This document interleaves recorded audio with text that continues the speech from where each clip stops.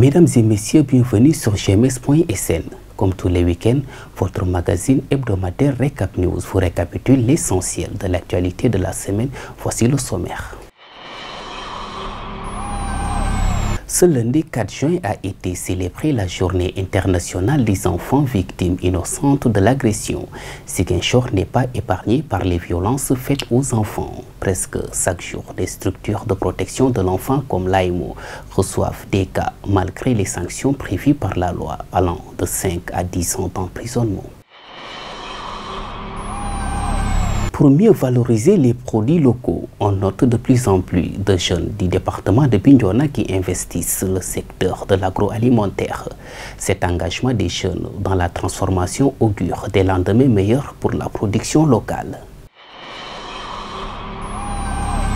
Les premières gouttes d'eau de la présente saison des pluies sont tombées dans la nuit du 6 au 7 juin 2018 à Ziguinchor.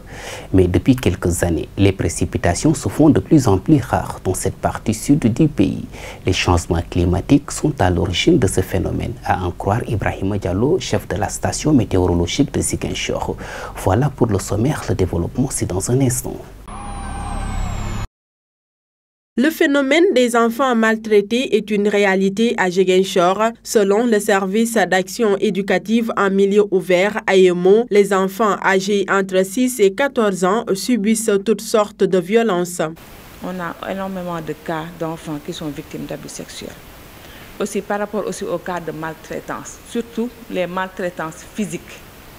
Nous recevons beaucoup d'enfants qui sont soit victimes de coups et de blessures de la part des membres de leur famille. Voilà. Nous avons aussi les enfants, soit qui sont tellement maltraités qu'ils fuient, qu'on les retrouve dans les rues, que souvent c'est la police même qui nous informe pour nous dire qu'on a reçu tel cas, c'est un mineur, donc on s'en charge. Les auteurs de ces violences seraient pour la plupart des parents proches de leurs victimes. On se rend compte que ce sont les gens même qui habitent dans la maison, surtout pour les cas de violence physique, verbale. Ça, ce sont les membres même de la famille. Aussi, il y a aussi pour le cas aussi des enfants qui sont confiés. Les enfants qui sont soit laissés à leur tante ou bien à leur grand-mère. On se rend compte que ces enfants sont souvent victimes de maltraitance. Les conséquences de ces violences faites aux enfants sont aujourd'hui incalculables, à en croire Khady Thiané Diop, éducatrice spécialisée à l'AEMO. L'enfant déjà a du mal, l'environnement ne le comprend pas. Souvent ils disent que cet enfant-là, il est toujours dans son coin, il ne parle pas, il ne fait rien, mais ils ne comprennent pas que c'est ce qu'il subit. Il a du mal à exprimer ces choses-là. Aussi par rapport aussi à des conséquences, c'est un enfant aussi, à un moment donné, qui se déteste, il n'a plus envie de vivre. En dehors de tout ça, il y a d'autres conséquences qui sont là, qui font que cet enfant-là a vraiment du mal à évoluer dans le cadre familial. Malgré l'existence d'une loi qui prévoit 5 à 10 ans d'emprisonnement pour les auteurs d'abus sexuels, le phénomène perdure. L'AEMO, pour sa part, joue la carte de la sensibilisation des parents à la vigilance.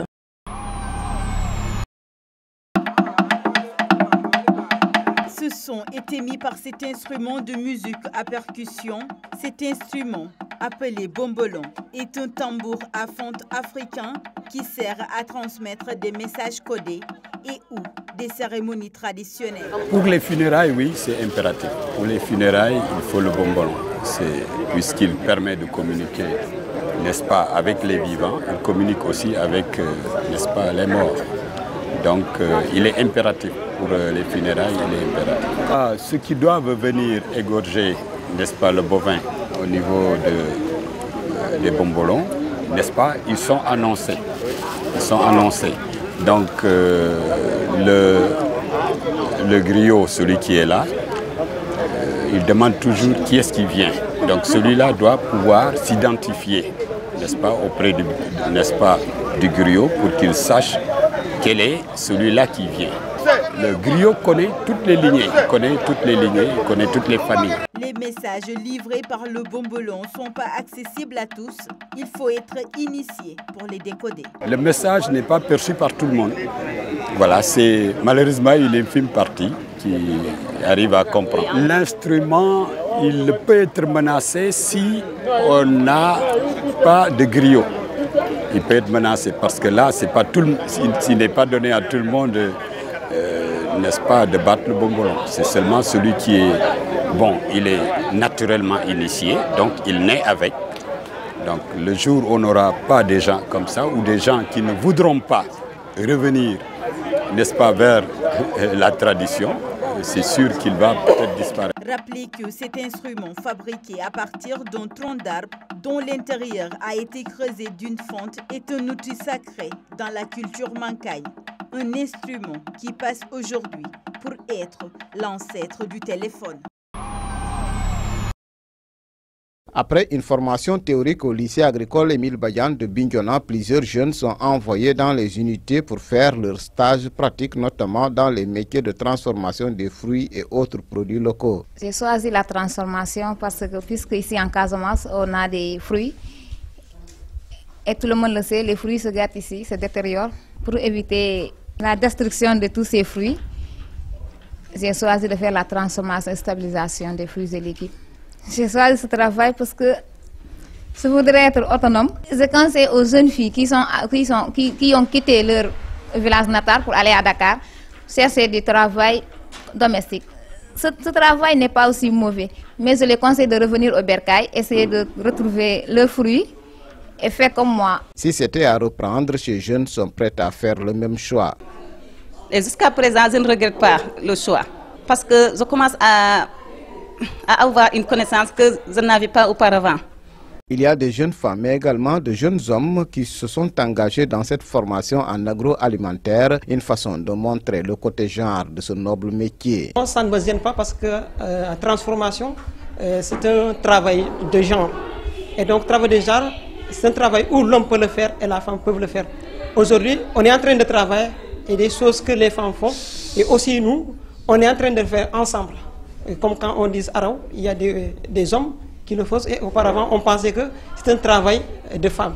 Mais aujourd'hui nous nous rendons compte à travers cette formation, nous voyons des hommes qui sont en train de pratiquer des travaux d'où nous pensons que c'est des travaux de féminins.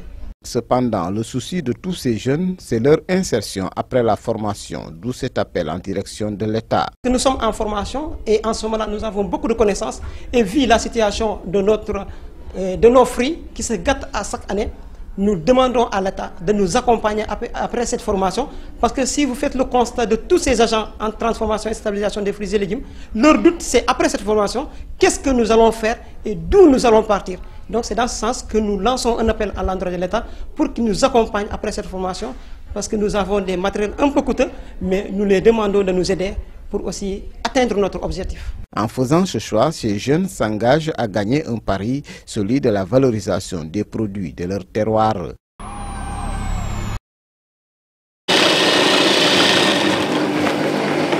Ce bruit de machine témoigne bien l'engagement des tailleurs à terminer à temps les nombreuses commandes de la qualité, ceci pour éviter toute confrontation avec les clients. Comme d'habitude, événement fu tailleur di toll rek ñu ngi góorgóorlu di fexe lu neex clients yi à chaque fois. Nous sommes au dernier virage. Actuellement, le plus important est de livrer les commandes avant la qualité, parce que certains disent que les tailleurs ne respectent pas leur engagement. Tailleur yi respecté wuñ seen wax, à chaque fois dañuy daw lu mel noonu.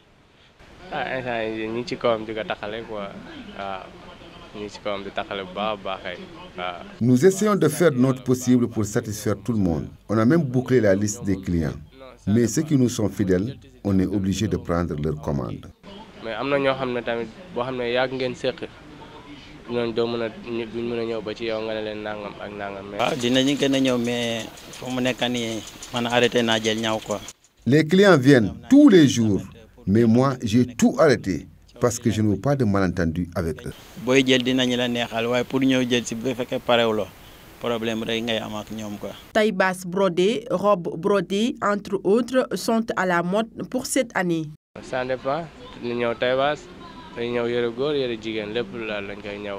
Ici nous faisons des tailles basses, des robes et aussi des boubous pour les hommes. Sant Yàlla de ko sant Yàlla bu baax a baax. Waaw moo tax machallah rafet na moom. Il n'y a pas de problème de modèle, sauf si l'argent se fait rare. Ici, machallah, rafet nañu te modèle yi ta rafet na. Waaw. Malgré toutes les difficultés qu'ils rencontrent, ces tailleurs sont obligés de veiller des nuits durant pour boucler toutes les commandes, juste pour la satisfaction totale de la clientèle. Pour la journée du 6 juin 2018, la région de Ziguinchor a enregistré ses premières pluies. Presque toute la région a été arrosée. À titre d'exemple, on peut citer Ziguinchor qui a eu 7,6 mm, Niaguis 9,8, Niassia 15 unités, Tendouk qui a enregistré la plus grande quantité avec 31 mm. Mais il faut faire attention avec ces quantités, car ces quantités ne sont pas encore utiles à l'agriculture, c'est-à-dire ces quantités ne permettent pas de semer. Donc nous leur demandons d'attendre, parce que pour semer dans cette zone, nous avons des critères. On peut dire que la saison a débuté, mais elle n'est pas encore installée carrément pour que, par exemple, les producteurs, les cultivateurs, les paysans peuvent semer. Voilà qui met fin à ce magazine. Merci de l'avoir suivi. Passez un excellent week-end en compagnie de GMS.sn et à la semaine prochaine.